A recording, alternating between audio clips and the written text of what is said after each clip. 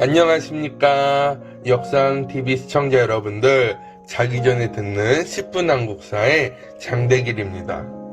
지금 이 영상을 찍고 있을 시점은요, 제가 유튜브에 영상을 처음 업로드한 시점인데요. 이 영상을 여러분들이 너무 잘 봐주시는데, 이렇게 봐주시는 것처럼 구독과 좋아요도 까먹지 말고 계속 눌러주세요. 네, 그럼 오늘 바로 시작하겠습니다. 오늘 배울 것은요, 여러 나라의 성장입니다. 3강이죠. 자, 칠판의 지도를 보겠습니다. 지도를 보면요, 부여, 고구려, 옥저, 동해, 마한, 진안, 변안이라는 국가들이 한 지도에 있습니다. 선생님이 여기서 이제 한 가지 설명을 해볼 텐데요. 부여가 제일 큰 집이라고 저는 말하거든요. 항상. 왜 큰 집이냐면 고구려를 세운 사람 주몽이죠. 주몽이 원래 부여 사람이었어요. 부여에서 이제 자신의 세력들을 이끌고 내려와서 만든 국가가 고구려고, 이 고구려 내에서 주몽의 아들 온교가 또 내려와서 만든 게 마한 백제입니다. 후에 이렇게, 그래서 저는 한 집안이다 라고 표현을 하는데요. 왜 제가 이 말을 했는지 좀 이따가 가서 말씀드려 볼게요. 오늘은 부여를 보겠습니다. 부여 정치 제도를 먼저 한번 볼까요? 정치는 사출도입니다. 사출도를 통해 가지고 마가, 우가, 저가, 구가 등 대가들이 다스려 가지고 독립행정구역을 만들었는데요. 이러한 귀족들이 정치를 하니까 당연히 왕권은 약화되게 됩니다. 그리고 사회에서는요, 일책12법이라고 해가지고요, 남의 물건을 훔쳤을 때 물건의 값을 12배로 갚는 거예요. 일책12법. 엄청 좀 강력한 형벌이죠.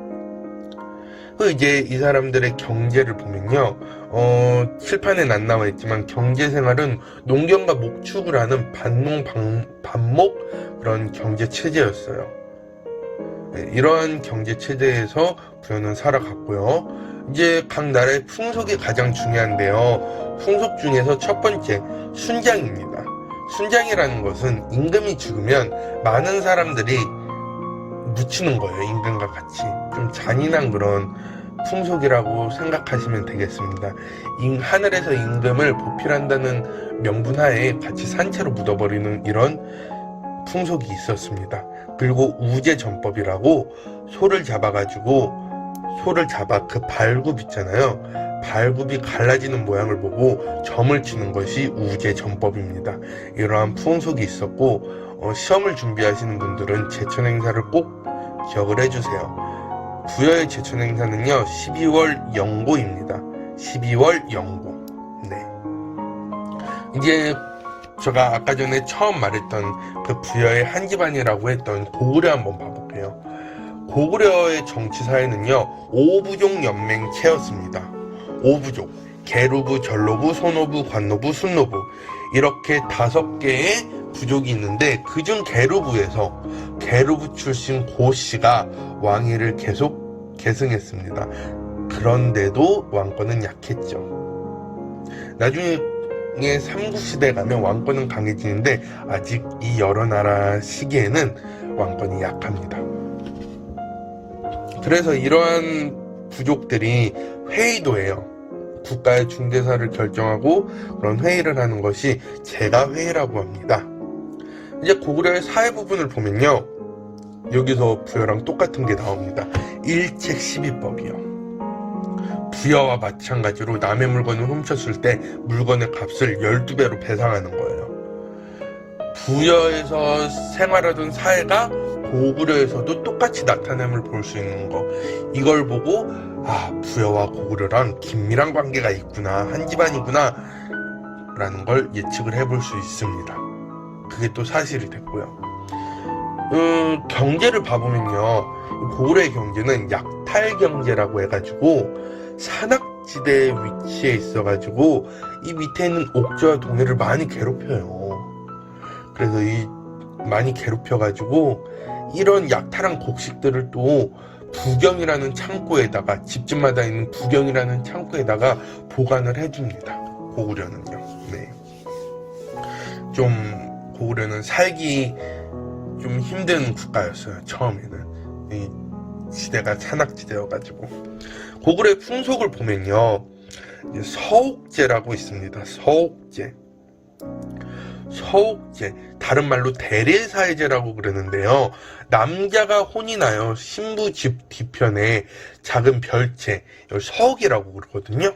서옥을 지어가지고 생활을 하다가 자식이 자라면서 처자식을 데리고 자신의 집으로 돌아가는 혼인 풍습이에요.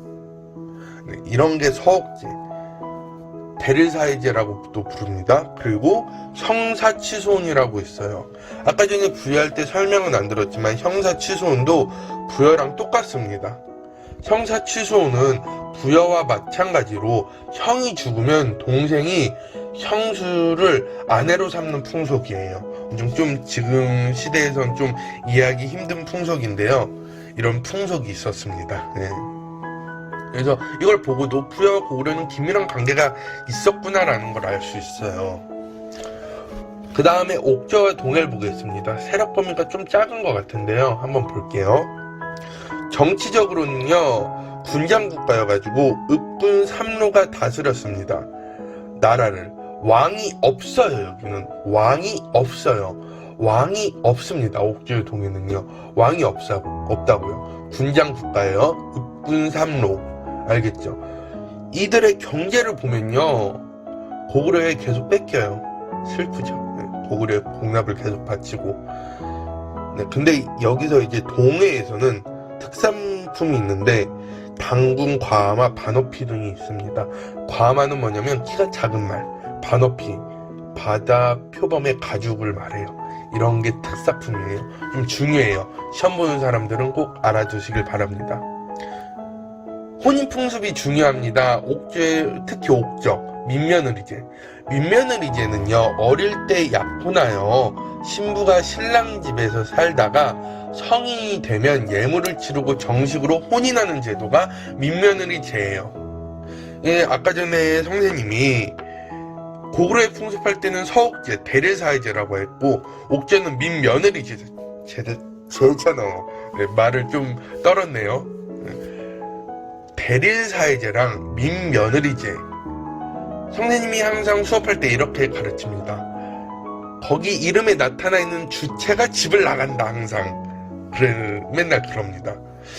대릴사회제, 남자가 집을 나가 여자의 집으로 가가지고 여자를 남자 집으로 데리고 오는 게 서옥제. 민며느리제, 여자가 남자 집으로 가요. 남자를 다시 데리고 나오는 게 민며느리제. 이것입니다. 이렇게 쉽게 좀 기억을 해두시면 좋겠습니다. 네. 동해의 혼인 풍습은요, 족예혼이에요. 같은 시족 말고 다른 부족과 혼인하는 것, 그것이 바로 족외혼이라고 합니다. 제천행사입니다. 옥저는 제천행사가 없어요. 고구려한테 다 뺏겼거든요. 제천행사의 본 의미는 이게 먹을 것이 풍성해가지고 우리 내년에도 먹을 거 많게 해주세요, 많게 해주십시오, 이러는 게 제천행사인데, 옥저는 먹을 게 없는데 어떻게 제천행사를 지냅니까? 네, 동해는 있습니다. 10월 무천이라고요. 네. 풍속 보겠습니다. 가족 공동 무덤이 있습니다. 옥저요. 사람이 죽으면 감회장을 해가지고요, 뼈를 추려가지고 가족끼리 공동 무덤을 만드는 것이 가족 공동 무덤입니다. 동해는요, 책화라는 풍속이 있어요. 경계인데요, 다른 부족의 경계를 침범하면 노비, 소, 말 이런 걸로 변상해주는 그런 제도예요. 좀 경계가 있다는 그런 국경이라는 그런 개념이 이때부터 나타났어요. 사만을 보겠습니다. 사만은요, 마한, 진한, 변한 세 개를 가리키는 건데요, 이때도 신기, 읍차 등 군장이 통치를 했습니다. 근데 중요한 것은요, 재정 분리, 제사와 정치를 분리한 재정 분리 사회였다. 제사장인 청군이 신성 지역인 소도를 다스렸어요. 청군이라는 제사장이 있는데 이 청군이 지내는 곳이 소도거든요. 소도 너무 신선한 구역이라 해가지고 이런 게 있어요. 죄인이 소도로 도망가면 군장이라도 함부로 잡아갈 수가 없어요. 그래서 옛날에 이런 죄인들이 소도로 많이 도망갔다고 해요. 사진으로 나오겠지만 소도는 이렇게 새 모양처럼 이렇게 표시가 있어요. 소도를 함부로 넘어갈 수 없었다. 그런 것이 재정 분리 사회입니다. 그리고 이 사만 지역은 벼농사도 엄청 잘 돼가지고요. 저수지도 만들고요. 철제 농기구도 사용을 합니다. 철제 농기구도. 철제 농기구를 사용을 했다는 거는요. 철 생산량이 많았다는 거예요. 특히 변환 지역에서요. 변환 지역에서는 철이 많이 생산이 되었다. 나중에 마는 백제로 변하고요. 변하는 가야로 변하고 진화는 신라로 변해요. 변환, 나중에 가야로 변하는요. 철이 유명합니다. 이제 풍속을 보면요. 5월 수린날 10월 계절때라는 제천 행사가 주번지도 2번이나 지내요. 다른 나라는 안 지내는 곳도 있고 한 번 지내는 곳도 있는데 여긴 2번 지내는 이유가 뭘까요? 먹을 게 많아서입니다. 네, 이런 제천 행사도 많이 짓습니다. 이제 그리고 한 가지 좀 알려주면요. 이제 한 가지 이건 상식입니다. 주구묘라는 게 있어요. 주구묘. 이제 저번 시간에 배웠던 널무덤 기억나시나요? 가운데에 널무덤이 있고 그 주변에 해자 모양, 뭐 좀 고랑같이 있는 마흔의 무덤 양식이 주구묘가 있습니다. 이런 묘 상식으로 좀 알아두시길 바랍니다. 이런 무덤 양식도 역사를 발굴하는 데 있어서 가장 중요한 자료가 되거든요. 오늘은 영상이 길었는데요. 내용이 워낙 많으니까 영상이 길어졌습니다. 여러분들 영상 길다고 중간에 끊지 마시고요. 끝까지 들어주시길 바랍니다. 오늘도 여러분들 좋은 꿈 꾸시고 잘 주무시길 바라겠습니다.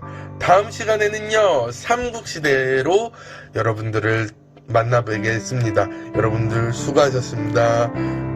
잘 주무세요.